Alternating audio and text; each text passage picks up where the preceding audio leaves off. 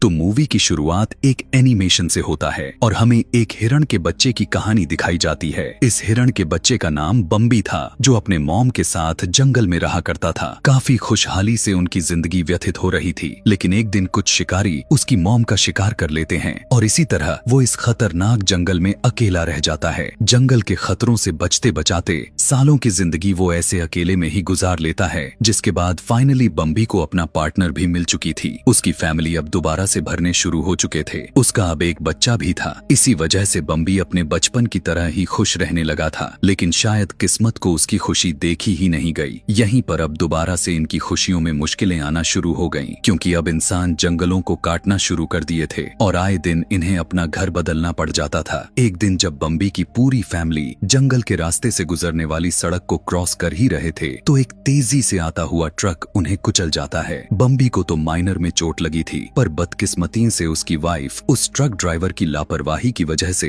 बेवजह मारी जा चुकी थी और उसके बच्चे तो इस हादसे से डरकर वापस पीछे वाले जंगल में जा छुपे थे। यहाँ उस ट्रक का ड्राइवर रुकता भी है, लेकिन मदद के लिए नहीं, बल्कि वो नदी के किनारे जाकर अपने पास मौजूद टॉक्सिक केमिकल के भरे हुए ड्रम्स पानी में बहा देता है, जिसके बाद वो वहाँ से ऐसे भागा हुआ था जैसे यह काम उसने किया ही ना हो। बम्बी, जो एक बार फिर अपनी फैमिली को खो चुका था, दुख और गुस्से में पागल हो रहा था। प्यास से तड़पते हुए वो उसी नदी से पानी पी लेता है जिसमें अभी अभी वो आदमी जहरीले केमिकल्स मिलाकर गया हुआ था। पानी पीने के बाद बम्बी तड़पने लग जाता है और यहाँ एक पल के लिए फील होता है कि बम्बी मर जाएगा, लेकिन यह जहर उसकी जान लेने की बजाय उसे एक अजीब सी क्रिएचर में बदल देता है। बम्बी जब दर्द से तड़प रहा था, तब हम देख रहे थे कि उसकी हड्डियां बढ़ती चली जा रही थी। हड्डियां टूटकर जुड़ने की आवाजें इतनी खतरनाक थीं कि यह सब देखना मुश्किल था। उसके मसल्स भी फूलने लगे थे और दांत भी खौफनाक हो चुके थे और अब वो एक प्यारे हिरण से एक खौफनाक मॉन्स्टर में बदल गया, जो 4 पैरों की जगह अब 2 पैरों पर खड़ा होकर भी चल सकता था। पहले ही वो अपने गम और गुस्से में पागल था। इस दर्द को सहन कर लेने के बाद वो कसम खा लेता है कि हर हाल में अब वो इंसानों से अपनी फैमिली का बदला लेकर ही रहेगा। अब यहीं से सीन कट हुआ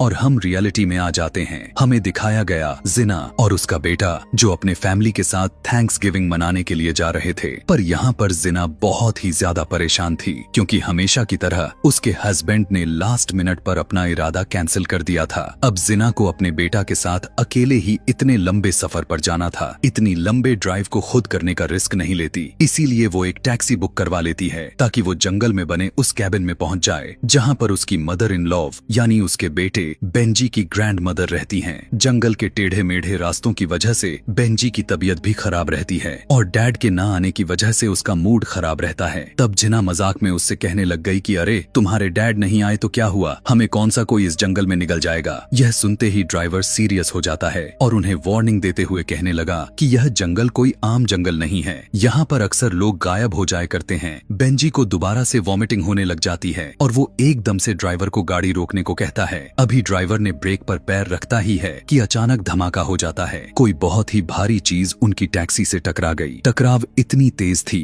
कि गाड़ी हवा में ही उछल जाती है और बैलेंस खराब होने की वजह से खाई में गिर जाती और गाड़ी पलट जाती है। जिना और बेंजी किसी तरह अपनी जान बचाते हुए उस टूटी हुई गाड़ी से बाहर निकलने में कामयाब हो जाते हैं। इस टाइम वो जख्मी भी बहुत ज्यादा होने के साथ साथ काफी डरे भी हुए थे, क्योंकि उन्होंने महसूस किया हुआ था कि अंधेरे में कोई ड्राइवर बहुत ही बुरे तरीके से खींच कर ले गया था। वो कहाँ भी था कि यहाँ लोग गायब होते हैं, इसी वजह से वो और भी ज्यादा डर चुके थे। तभी इनकी डर को बढ़ाने के लिए जंगल के सन्नाटे में और भी ज्यादा डरावनी आवाज सुनाई दे पड़ती है। एक गुर्राहट और भारी कदमों की आवाज से उनको एहसास होता है कि उनके करीब कोई शिकार कर रहा है। अपनी जान बचाने के लिए यह दोनों माँ बेटा जंगल में ही भागने लग जाते हैं और आखिर में ग्रैंड माँ मैरी के कैबिन तक पहुँच ही जाते हैं। अंदर कैबिन में बाकी फैमिली उनका इंतजार कर रही थी। यहाँ पर साइमन के सभी भाई, उनकी वाइफ और बच्चे भी आए हुए थे और सभी का मूड खराब हो चुका था, क्योंकि साइमन बेंजी के डैड नहीं आए हुए थे। यहाँ पर आकर हमें पता चला कि बेंजी के ग्रैंड माँ को डिमेंशिया है। वो हमेशा अपनी चेयर पर बैठकर अजीब अजीब बातें करती रहती हैं और अजीब डरावने स्केचेस भी बनाती रहती हैं। एकदम अचानक से अब इनका दरवाजा जोर जोर से नॉक होने लग गया और जैसे ही ये लोग जाकर दरवाजा खोलते हैं तो दिखाया जाता है कि साइमन की फैमिली आई हुई थी। इस टाइम ये दोनों बहुत ही ज्यादा डरे हुए थे और कांप रहे थे। ये सभी उन्हें रिलैक्स करते हुए अंदर लेकर जाते हैं और उनसे पूछते हैं कि क्या हुआ था। बेंजी इन्हें जंगल में होने वाले एक्सीडेंट के बारे में बताता है और उस जानवर के बारे में भी जिसने ड्राइवर को खींच कर लेकर चला गया था। साइमन की फैमिली बहुत ही ज्यादा कंफ्यूज्ड थी। साइमन का भाई यहाँ पर बहादुर और चालाक बनने की कोशिश करता है और टॉर्च उठाकर कहने लगा कि मैं जरा ड्राइवर की मदद करके आता हूँ। उसी दौरान जंगल में हमें कुछ और लोगों को भी दिखाया गया। यह बहुत ही बड़े शिकारी हैं, लेकिन आज ये जंगल में शिकार करने नहीं आए हुए थे, बल्कि इन्हें एक बहुत ही बड़ा कॉन्ट्रैक्ट मिला हुआ है विलबैक्सर कंपनी की तरफ से। उनका मिशन यह है कि म्यूटेड हुए बम्बी को ढूंढना और उसे मार देना, ताकि यह कंपनी का यह राज ही बनकर रह जाए कि उनकी ही टॉक्सिन की वजह से जानवर अब ज़ॉम्बी में बदलने लग चुके हैं। ये लोग यहाँ से निकल ही रहे थे कि खाई के पास एक टूटी हुई टैक्सी मिली। इसे देखकर वे शिकारी घबरा गए। तभी उन्हें यहाँ पर किसी चीज की आहट सुनाई दी। डरते हुए उसने उसी डायरेक्शन में गोलियां चला दिए, बिना यह सोचे बगैर कि अगर वहाँ कोई जानवर ना हुआ तो कुछ हुआ था भी ऐसा ही। यहाँ पर साइमन का भाई, जो यहाँ ड्राइवर की जान बचाने के लिए आया हुआ था, लेकिन अब अपनी ही जान गवा बैठा हुआ था। लड़के को मरा हुआ देखकर बाकी के शिकारी भी अपने साथी के ऊपर गुस्सा होने लग जाते हैं और फिर फैसला यह करते हैं कि वो इस बात को यहाँ से बाहर जाने ही नहीं देंगे और एक खड्डा खोदकर इस लाश को यहीं पर छुपाकर चले जाते हैं। सीन बदलकर हमें दोबारा बेंजी की ग्रैंड माँ का कैबिन को दिखाया गया, जहाँ पर जिना काफी ज्यादा अभी भी डरी हुई थी और वो अब अपनी मदर इन लॉ को बनाई हुई ड्राइंग्स देखने लग गई और नोटिस करती है कि सभी ड्राइंग्स में सिर्फ एक ही चीज बनाई गई है, एक काला बड़ा सा हिरण जिसके सिंह बहुत ही खतरनाक दिख रहे थे। अगर ग्रैंड माँ इस मॉन्स्टर की तस्वीरें बना रही थीं, तो इसका साफ मतलब था कि उन्होंने इस मॉन्स्टर को बहुत ही करीब से देखा हुआ है और अब जिना समझ चुकी थी कि खतरा इनके बहुत करीब आ चुका है। बेंजी अपने ग्रैंड मदर के पास आकर देखता है कि वो क्या बोले जा रही हैं। वो बार बार यही एक ही बात को दोहराए जा रही थी कि वो सामने पार्क में खेल रहा है। बेंजी अपने ग्रैंड माँ की बातों को ना समझते हुए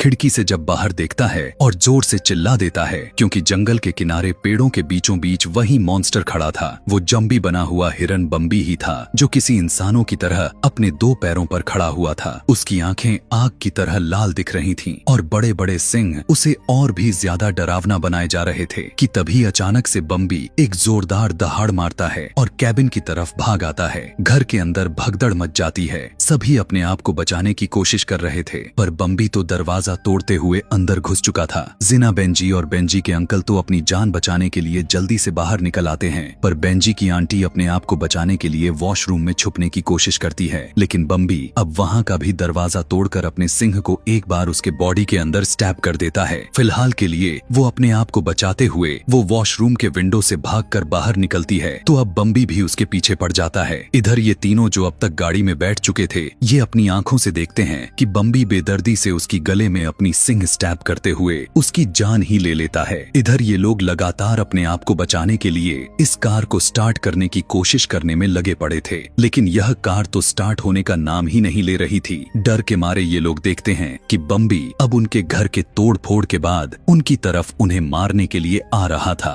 फाइनली इनकी किस्मत इनका साथ दे देती है और इंजन चल जाती है। गाड़ी को स्टार्ट करते हुए ये लोग उसे अपनी रोड की तरफ भगाने लग गए, लेकिन अभी भी बम्बी उनका पीछा बड़ी बड़ी छलांगे लगाते हुए आ रहा था। वो बार बार इन्हें रोड से नीचे गिराने की कोशिश करता रहा, लेकिन बेंजी के अंकल एक अच्छे ड्राइवर थे। काफी देर तक उन्होंने अपना बैलेंस बनाए रखे और स्पीड भी बढ़ाई रखी, जिसकी वजह से ये लोग बचकर बम्बी से आगे निकल गए। लेकिन फिर कुछ ही दूर जाने पर उनका रास्ता एक बड़े से पेड़ ने रोक लिया। अब ये लोग बुरी तरह से फंस चुके थे, ना ही आगे जा सकते थे और ना ही पीछे। वक्त भी कम था, बम्बी जल्द ही इन तक पहुंचने वाला था। ये सभी अब फैसला करते हैं कि ये उस गिरे हुए पेड़ को अपने रास्ते से हटाएंगे। बेंजी का अंकल कहता है कि मैंने बाहर जाकर इस लकड़ी को एक रस्सी से बांधूंगा, बाकी लोग पेड़ को दूसरी तरफ धक्का देंगे, जो कि एक डायरेक्शन बनाएगा और फाइनल धक्का गाड़ी से लगेगा, ताकि ये पेड़ जंगल की तरफ जाकर गिरे और रास्ता बन जाए। यहाँ पर बेंजी को बहुत ही बड़ी जिम्मेदारी दे दी गई थी, क्योंकि उसने ड्राइविंग सीट ले ली थी। ये लोग अब पूरा अपना सेटअप करते हैं कि तभी अचानक अंधेरे से वो मॉन्स्टर यानी बम्बी निकल आता है।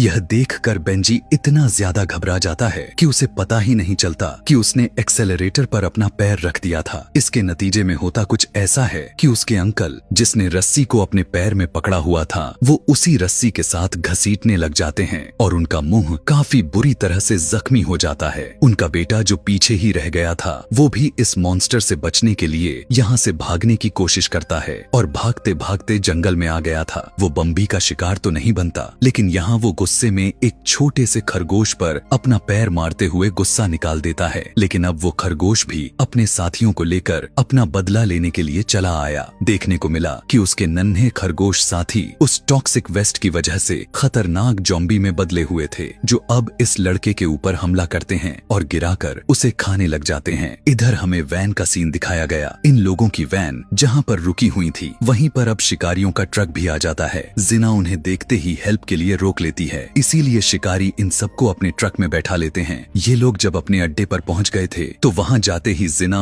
और बेंजी यह देखकर हैरान परेशान हो जाते हैं कि वहां पर साइमन भी था। वो इसी इलाके में रहने के बावजूद अपनी फैमिली के साथ डिनर करने नहीं आया हुआ था। आखिर उसे ऐसा क्या जरूरी काम पड़ गया था। उसे इस जंगल में साइमन अब कड़वा सच इन लोगों के सामने यह लेकर आता है कि वो उसी टॉक्सिक वेस्ट कंपनी का एक बहुत बड़ा ऑफिसर है। उससे एक बहुत बड़ी गलती हो गई थी, क्योंकि उसने ऑर्डर दे दिया था अपने टॉक्सिक वेस्ट को जंगल में फेंकने की, क्योंकि उस वेस्ट को एनवायरनमेंट फ्रेंडली बनाने के लिए उन्हें बहुत ज्यादा रिक्वायर्ड होता था। इसीलिए अब साइमन ने डिसाइड किया कि वो पैसा उस वेस्ट को साफ करने में नहीं लगाएगा, बल्कि उसने उस पैसे को खुद रख लिया और वेस्ट को जंगल के पानी में गिरवा दिया। उसी टॉक्सिक वेस्ट का पानी पीने के बाद बम्बी और जंगल के कई जानवर भयानक मॉन्स्टर में तब्दील हो गए। अगर ये बात कंपनी से बाहर चली जाती या किसी को पता चल जाती तो कंपनी पर और उसके भी ऊपर एक बहुत बड़ा केस बन जाता और वो जेल चला जाता। अपने आप को बचाने के लिए ही उसने इन शिकारियों को हायर किया हुआ था और वही बम्बी और सारे ज़ॉम्बी बने जानवरों को मारना चाहता था और इस जंगल को क्लियर करना चाहता था। यह सारी हकीकत सुनकर जिना उसके ऊपर चिल्लाने लग जाती है और उसे बताती है कि सिर्फ तुम्हारी इस गलती की वजह से तुम्हारा अपना ही भाई और भतीजा मर चुके हैं और अब मैं और तुम्हारा बेटा भी इसी हालातों से गुजर रहे हैं। साइमन कहता है, मुझे परवाह नहीं, मैं तो कभी भी यह जिम्मेदारी लेना ही नहीं चाहता था। बेंजी बाहर खड़ा हुआ यह सब कुछ सुन रहा था और यह जानकर कि उसके डैड उससे बिल्कुल भी प्यार नहीं करते तो वो बहुत ही ज्यादा उदास हो जाता है और यहाँ से भाग जाता है। बेंजी कुछ ही दूर गया तो उसने देखा कि यहाँ पर एक पिंजरे को ढक कर रखा गया था। उसने कपड़ा हटाया तो यह देखकर हैरान रह गया कि यहाँ पर एक हिरण का बच्चा था। यह देखकर उसे समझ आ गया कि शिकारियों ने इस बच्चे को ट्रैप बनाया हुआ है ताकि उस मॉन्स्टर बम्बी को बुलाया जा सके। बेंजी को उस छोटे से बेचारे जानवर के अंदर अपना दर्द महसूस होता है। वो भी तो अपने डैड से दूर था, इसीलिए वो पिंजरा खोलकर उसे आजाद कर देता है। इधर बम्बी, जो इस टाइम एक दूसरी इंसान को भी मारने वाला था, उसे जैसे ही अपने बच्चे की खुशबू आती है तो वो उस आदमी को छोड़कर अपने बच्चे को ढूंढने के लिए निकल जाता है। अपने बच्चे को ढूंढते ढूंढते वो अब इन शिकारियों की कैंप के अंदर घुस गया था, जहाँ जाते ही उसे पहले बेंजी की ग्रैंड माँ दिख जाती हैं। इससे पहले कि वो बेंजी की ग्रैंड मदर को खा जाता,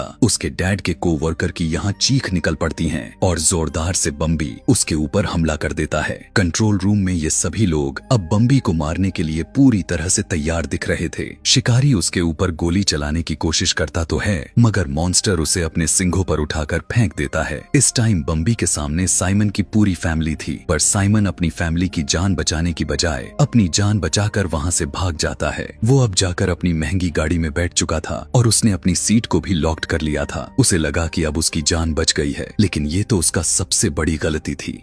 पीछे के दरवाजे की खिड़कियां तो उसने बंद ही नहीं की हुई थीं। वहां से खूंखार बने वो खरगोश उसके ऊपर हमला कर देते हैं और उसे जान से मार देते हैं। दूसरी तरफ हमें कैंप का सीन दिखाया जाता है, जहां सिर्फ जिना, बेंजी और वो मॉन्स्टर बचे हुए हैं। वो भयानक ज़ॉम्बी उनके सर पर खड़ा जोर जोर से अजीब तरह से सांस लिए जा रहा है और गुस्से में गुर्राए जा रहा है। इससे पहले कि वो उन दोनों को मार देता, झाड़ियों में से निकलकर उसका छोटा हिरण यानी बम्बी का बेटा यहाँ पर आ जाता है, जिसे देखते ही बम्बी इन दोनों को भूल जाता है। दिखाया गया कि बम्बी अपने बेटे से मिलकर बहुत ही ज्यादा खुश था। ये दोनों अब एक दूसरे से मिलने का जश्न मनाते हैं, लेकिन इसके बावजूद भी कहानी यहाँ आखिर कैसे खत्म होने वाली थी। हमें दिखाया जाता है वो शिकारी जिसे इस मॉन्स्टर ने सिर्फ उसे उठाकर फेंका था, वो अभी भी जिंदा बचा हुआ था कि तभी अपनी आखिरी सांस में वो अपने बंदूक को उठाते हुए बम्बी को गोली मार देता है और मरते मरते भी वो शिकारी हंसने लगा। उसकी हंसने का तरीका इतना घटिया था कि जैसे वो कोई बहुत ही बड़ी जंग जीत ली थी।